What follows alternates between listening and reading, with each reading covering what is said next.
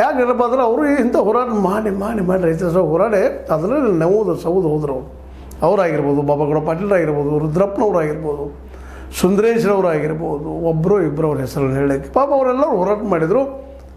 ರಾಷ್ಟ್ರಮಟ್ಟದಲ್ಲಿ ಹೋರಾಟಗಳು ಸಾಕಷ್ಟು ಆದವು.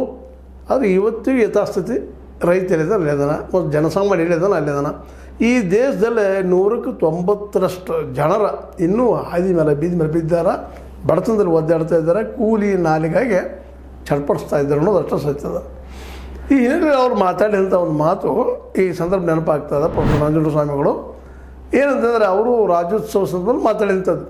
ಈಗಾಗಲೇ ರಾಜ್ಯೋತ್ಸವ ಮೊನ್ನೆ ನವಂಬರ್ 1ಕ್ಕೆ ಆಗೋತು, ನಾವು ನೋಡಿದ್ದೀವಿ ಯಾವ ರೀತಿಯಾಗಿ ಉತ್ಸವ ಮಾಡಿದ್ವಿ ಅಂತೇಳಿ. ಇದೊಂದಲ್ಲ, ಜನವರಿ 26 ಆಗಿರ್ಬೋದು, ಆಗಸ್ಟ್ 15 ಆಗಿರ್ಬೋದು, ಯಾವುದೇ ರಾಷ್ಟ್ರೀಯ ಹಬ್ಬಗಳಾಗಿರ್ಬೋದು, ನಾವು ರಜೆ ತೊಗೊಂಡು ಅದನ್ನು ಕೊಂದು ಕುಪ್ಪಳಿಸಿಬಿಡ್ತೀವಿ, ಅಂದ್ಬಿಟ್ಟು ಮತ್ತೊಂದಿಲ್ಲ. ಆದರೆ ಇದನ್ನು ಬಹಳ ದಿನಗಳ ಹಿಂದೆ ನಮ್ಮ ಪ್ರೊಫೆಸರ್ ನಂಜುಂಡಸ್ವಾಮಿಗಳು ವಿಶೇಷವಾಗಿ ಗೋಪಾಲಗೌಡರ ಒಂದು ನೆಲೆಯಲ್ಲಿ ಬೆಳೆದಂಥವರು, ನಮ್ಮ ಲಂಕೇಶ್ವರ ಅವರ ಮಿತ್ರರು ಗುರುಗಳು ಅಲ್ರಿ.